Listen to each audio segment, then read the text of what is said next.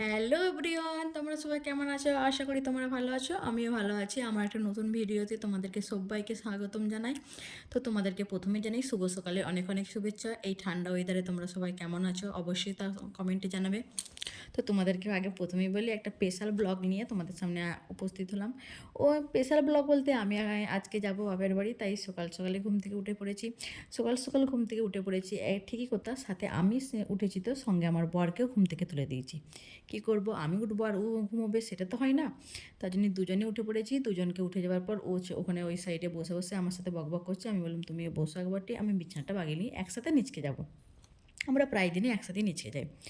তো ও আমার সাথে বকবক করতেই থাকছে আর আমিও এইদিকে বিছানা বাগাচ্ছি। ও বলছে আমার আছে মনটা খারাপ গো, কী করবো বলো, তুমি চলে যাবে? আমি বলছি দাঁড়াও দাঁড়াও, এতদিন তো এখানে ছিলাম, এবার আমি অনেক দিন বাদে আমি আমার বাবা মায়ের কাছে যাচ্ছি, ওখানকে যাই কিছুদিন থাকি, আমার বাবা মায়ের আদর খেয়ে আসি। তো সেই মতন দুজন মিলে টোনাটুনি দুজন মিলে বকবক করতেই থাকে। আমাদের বকবকের কোনো দিনই শেষ হয় না। আমরা যতক্ষণ টাইম পাই দুজনে বকবক করতেই থাকি। তো এই দিকে তো বকবক করতেই থাকছি আর তোমাদের একটা জিনিস দেখাবো খানিকক্ষণ বাদে। তোমরা দেখতে পাবে আমার এখানে তো একটা নতুন টেডি বিয়ার, যে এটা আমার দিদিভাই আমাকে দিয়েছে। দিদিভাই বলতে তোমাদেরকে কোথায় বলি, আমার ননদ। খুব সুন্দর টেডি বিয়ারটা, তোমরা দেখো। দিদিভাই এটা আমাকে কিছুদিন আগেই গিফট করেছে। তো আমার তো আরেকটা টেডি বিয়ার আছে, সেটা প্যাকিং করে আমি রেখে দিয়েছি আলমারির মাথাতে।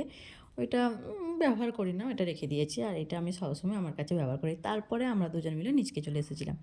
নিচকে এসে আমি এই সাইডকে ব্রাশ করছি আর ওই দিকে তোমাদের দাদাই বললো আজকে একটু অনিয়ম তো করাই যেতে পারে, যেহেতু তুমি আজকে বাড়ি থাকছো না। তো কী করব, তাহলে চলো দুজন মিলে আজকে দুধ চা খাই। আমরা সচরাচর দুধ চা খাই না, গ্রিন টি বা লিকার চা কিছু খাই। আমি গ্রিন টি খাই, তোমাদের দাদাভাই লিকার চা বা কফি খাই, ব্ল্যাক কফি। তো দুজন মিলে আজকে অনিয়ম করে দুধ চা খেলাম বসে বসে গল্প করতে করতে। আজকে দুজন মিলে টাইমটা খানিকক্ষণ কাটালাম। তারপরে তোমাদের দাদাভাই নিজের কাজে গেলো, আমিও নিজের কাজে নিজে তুল। যেহেতু আমি কোথাও বেরোনোর আগে মায়ের হাতে হাতে যতটুকুন সম্ভব আমি কাজটা করে দিয়ে বেরোই। কারণ মা একা তো করার পক্ষে খুবই চাপ হয়ে যায়। আমি যতদিন না থাকি, তার জন্য আমি নিচের ঘরটা মুছে দিচ্ছি, তোমরা দেখতেই পাচ্ছ। নিচের ঘরটা মুছে দিয়ে আমি মাকে আনাজ টানাজ কেটে জল আরে ধরে সব কিছু রেডি করে দিলাম। তারপরে আমি রেডি হতে গেছিলাম। যেহেতু তোমাদের দাদাভাই এবারে দিতে যেতে সময় পাবে না, তার জন্য আমি এবারে বাসে গিয়েছিলাম। আর এখন তো একটু হালকা ঠান্ডা পড়েছে, বাসে ভালো সাবধানে না গেলে কী হবে, আমার ঠান্ডা লেগে যেতে পারে। আমার তো একটু ঠান্ডা লেগে যায়, প্রচুর সমস্যা হতে পারে, ঠান্ডা লেগে গেলে আমার প্রচুর সমস্যা হয়। তার জন্য আমি সাবধানে সব কিছু পরে আর করে বেরিয়েছিলাম। তারপরে তো আমি এখানে উপরকে চলে এসেছিলাম, রেডি হচ্ছি। তো কি বলবো বলো, মেয়েদের একটা জায়গায় খুব একটু কষ্ট লাগে। বিয়ের আগে একটা বাড়ি থেকে বিয়ের পরে আরেকটা বাড়ি হয়। আমাদেরকে যখন যাওয়া হয় তখনকে সবাইকে বলতে হয় বাপের বাড়ি যাচ্ছি, বাপের বাড়ি থেকে আসার সময় বলতে হয় শ্বশুর বাড়ি যাচ্ছি। দুটো বাড়ি হয়ে যায় ঠিকই, কিন্তু মেয়েদের নিজস্ব কোনো বাড়ি থাকে না। এটা খুবই কষ্টের ব্যাপার। কিন্তু এই সব কিছু মানিয়ে নিয়েই আমাদের জীবন, এইসব কিছু মানিয়েই আমাদেরকে এগিয়ে যেতে হবে।